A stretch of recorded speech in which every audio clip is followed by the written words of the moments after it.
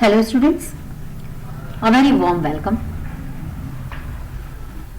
Today in this video, we will deal with the next topic, that is political radicalism. In our previous videos, we saw about the terms of Treaty of Versailles, then we saw the effects of war.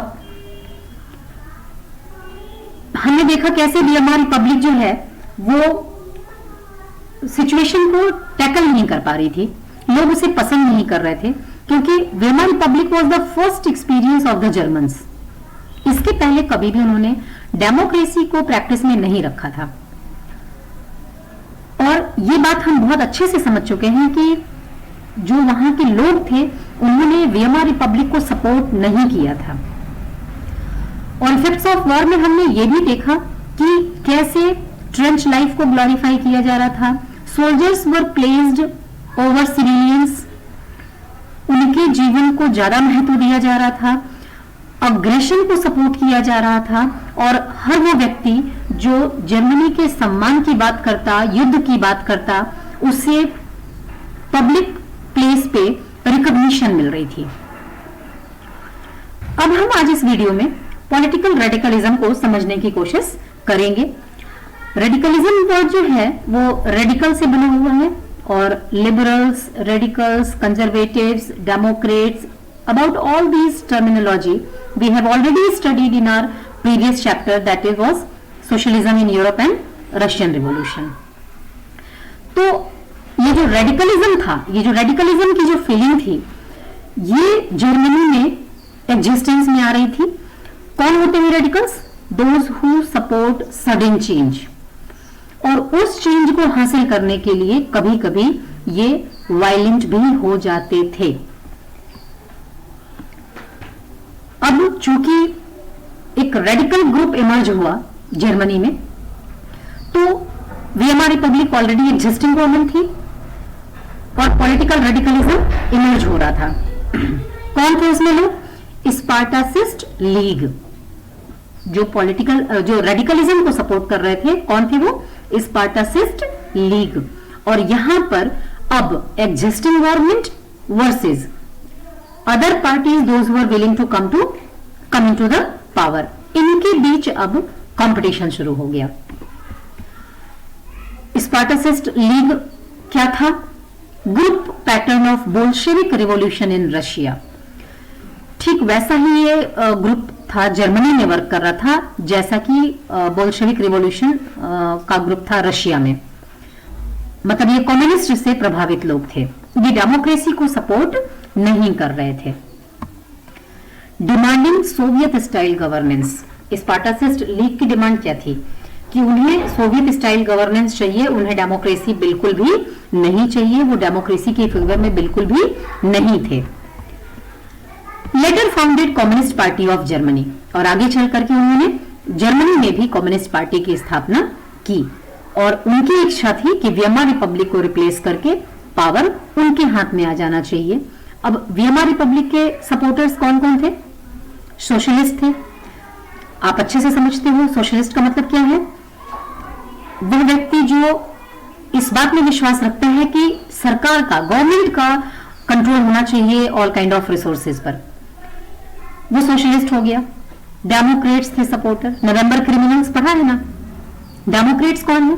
One who believes in democracy. And Catholics, Catholics क्या है? It is a branch of Christianity. Catholics and Protestants, two branches are there. उसमें से जो Catholic branch था वो VMR Republic को support कर रहा था। VMR Republic opposed this and crushed the uprising with the help of free corps। अब स्पार्टासिस्ट लीग बनी, इन लोगों ने बोल्शेविक रिवॉल्यूशन के पैटर्न पर ही एक ग्रुप बनाया जर्मनी में, सोवियत स्टाइल गवर्नेंस की डिमांड रखी इन्होंने, आगे चल करके कम्युनिस्ट पार्टी ऑफ जर्मनी भी बनाया। तो इन सारी ही चीजों को, जो वीएमआर रिपब्लिक थी, चूंकि वो एग्जिस्टिंग गवर्नमेंट थी, तो वीएमआर रिपब्लिक को ये सारी बातें पसंद नहीं आई, बिल्कुल किसी भी कीमत पर उन्हें ये बातें अच्छी नहीं लगी। और फिर वीएमआर रिपब्लिक ने क्या किया? Crush the uprising with the help of free corps. ये फ्री कॉर्प्स क्या थे?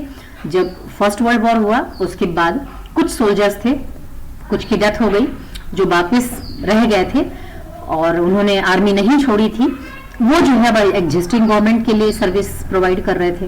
तो उनकी मदद से वीएमआर रिपब्लिक ने क्या किया, इन ओपोनेंट्स को क्रश करने की कोशिश की। पहले ही मैं बता चुकी हूँ ना आपको कि जो स्पार्टासिस्ट लीग थे, इनके कुछ मेंबर्स जो थे वो रेडिकल थे और कभी कभी वीएमआर रिपब्लिक के सपोर्टर्स पे ये अटैक भी कर दिया करते थे। तो वीएमआर रिपब्लिक को ये सारी बातें नागवार गुजरी, उन्होंने पसंद नहीं किया और चूंकि एग्जिस्टिंग गवर्नमेंट थी तो ये पावर में थी और पावर में थी तो इन्होंने अपने पावर का इस्तेमाल किया इन ओपोनेंट्स को, इनकी उठती हुई आवाज को क्रश करने के लिए। Wanted democratic Republic. अब देखिए स्पार्टासिस्ट की क्या डिमांड है, सोवियत स्टाइल गवर्नेंस, और वीएमआर रिपब्लिक क्या चाहती है, डेमोक्रेटिक रिपब्लिक। तो दोनों का जो दोनों की नीड है, जो दोनों की डिमांड है, जो दोनों की सोच है, वो जस्ट अपोजिट है। और अपोजिट है इसीलिए हमने वर्सेस लगाया हुआ है, दोनों के बीच मैच है, दोनों ही कंपीट कर रहे हैं। Clash between socialist and communist.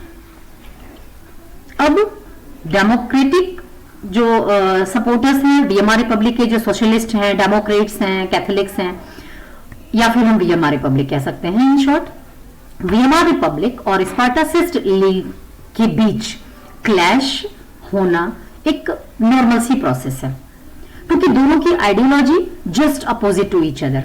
एक डेमोक्रेसी चाहता है, दूसरा कम्युनिज्म को चाहता है। क्लियर है ये? Hitler took advantage of this irreconcilable conflicts prevailing in the Germany at that time. अब आप देखिए, यहां समझिए, हिटलर कोई मतलब उसने कुछ ऐसा वो नहीं किया कि अचानक से उसको सारी पावर मिल गई। हिटलर के लिए एक फेवरेबल कंडीशन जो है वो जर्मनी में ऑलरेडी प्रिपेयर हो रही थी। हमने अपने पिछले वीडियोज में पढ़ा कि after the first world war जो कंजर्वेटिव डिक्टेटरशिप थी, इसकी भावना प्रबल होने लगी थी, लोग इसे सपोर्ट करने लगे थे। सोल्जर्स लाइफ को ग्लोरीफाई किया जा रहा था, ट्रेंच लाइफ को ग्लोरीफाई किया जा रहा था, एंगर की बात हो रही थी, एग्रेशन की बात हो रही थी, वार प्रोपेगेंडा के बारे में डिस्कशन किया जा रहा था। तो कहने का मतलब कि हिटलर के लिए एक फेवरेबल सिचुएशन वहां से ही तैयार होना शुरू हो गई थी। एक कंजर्वेटिव डिक्टेटरशिप को लोग सपोर्ट करने के मूड में दिख रहे थे, क्योंकि वीएमआर रिपब्लिक से उन्हें कोई उम्मीद नहीं थी।